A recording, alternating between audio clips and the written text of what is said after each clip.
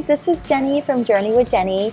Today I want to share with you a personality test that when I found out about it, it really helped me to recognize some of the patterns that I have and how I could actually use that information to help me within not just my personal life, but also my work life, my home life. So this personality test is called the 4 Tendencies by Gretchen Rubin. And if you've never heard of it, I will link it below. But basically, it kind of asks the question of how do you respond to expectations?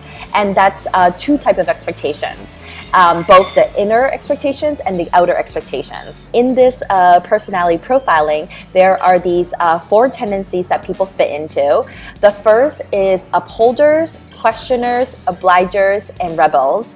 And they explain why we act and why we don't act. So upholders readily respond to outer and inner expectations.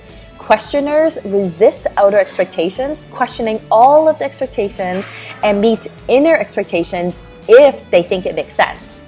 And then obligers, which I definitely am, we meet outer expectations, but we struggle to meet inner expectations that we impose upon ourselves. And rebels resist all expectations, both outer and inner alike. So which of the 4 do you think you are? And if you're not sure, you can take the quiz. I'll link it below and you can find out. But in this video today, I want to talk about, the 3 kind of like tips or criteria in which you'd want to keep in mind to be kind of successful, knowing what kind of tendency you are. As obligers, we definitely require structures of external accountability. So knowing this, the first tip is to create external accountability.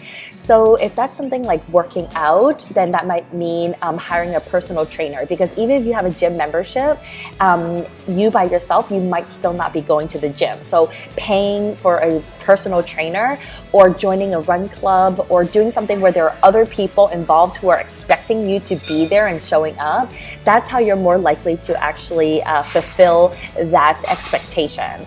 On the other hand, if you're job hunting and for whatever reason you're not able to do it yourself, some things that I've done before is having a job accountability buddy where we're both looking for jobs and we are keeping each other updated and we're keeping each other on track, and that helped me to make sure that I was progressing in my job hunting as opposed to just doing it on my own.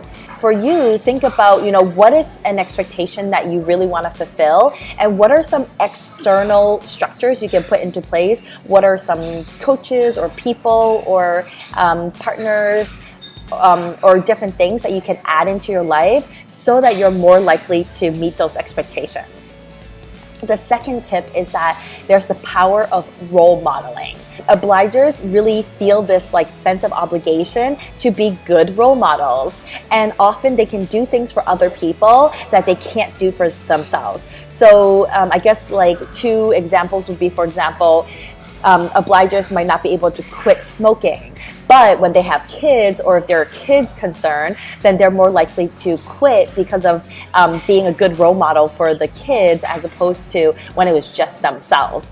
And a more drastic example might be, for example, people who are in abusive relationships and they themselves are fine staying in it, but then when that kind of behavior is again being affecting children or other people, then they are more likely to be able to get out of those relationships. So just taking into that consideration of role modeling, what are some aspects of your life where you recognize that you're actually wanting to change your behavior, and who are you being a role model to that's going to really inspire you and help you be able to get into those habits or break habits.